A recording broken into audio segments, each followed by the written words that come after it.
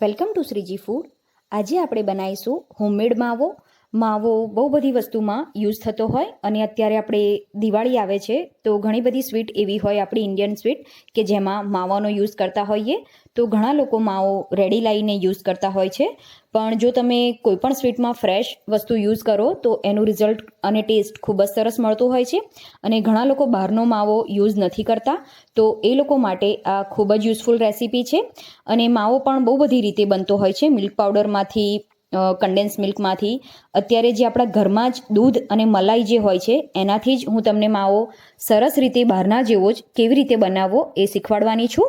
અને આ માવો જસ્ટ 15થી 17 મિનિટમાં જ રેડી થઈ જાય છે અને એનું ફાઇનલ રિઝલ્ટ અને ટેસ્ટ આપણને બહારના માવા કરતાં પણ ખૂબ જ સરસ મળે છે. તો ચલો હોમમેડ માવો કેવી રીતે બનાવવો એ આપણે જોઈએ.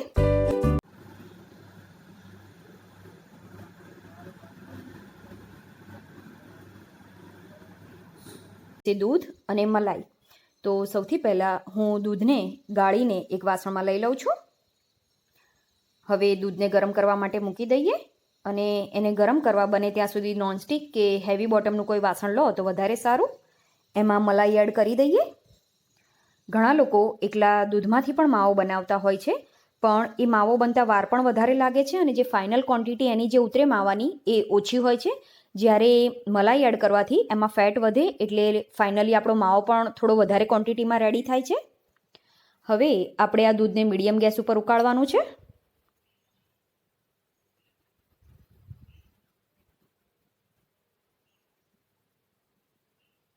વચ્ચે વચ્ચે હલાવતા રહીએ અને સાઈડમાંથી પણ જે ચોંટી હોય એને ઉખાડીને મિક્સ કરતા રહેવાનું.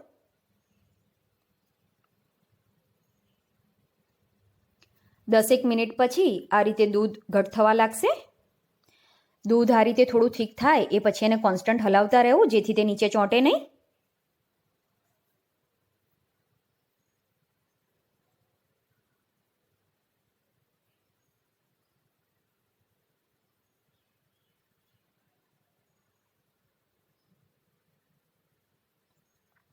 જો તમારે કોઈ પંજાબી સબ્જી માટે માવો યુઝ કરવો હોય તો આ ટાઈમે ગેસ બંધ કરી દેવાનો. સબ્જીમાં ઓલવેઝ થોડો લૂઝ હોય એવો માવો યુઝ થાય.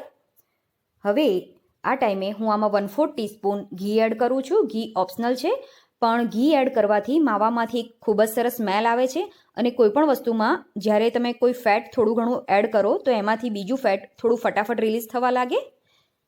તમે જોઈ શકો છો આમાંથી ઘી રિલીઝ થવા લાગ્યું છે અને એનો આ રીતે ગોળા જેવું બનવા લાગશે. તો હવે આપણે ગેસ બંધ કરીને એને એક પ્લેટમાં લઈ લઈએ.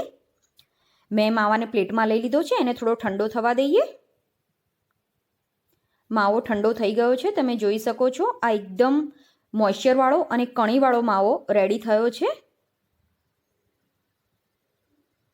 આ રીતે આમાં એકદમ સરસ કણી પડી જાય છે.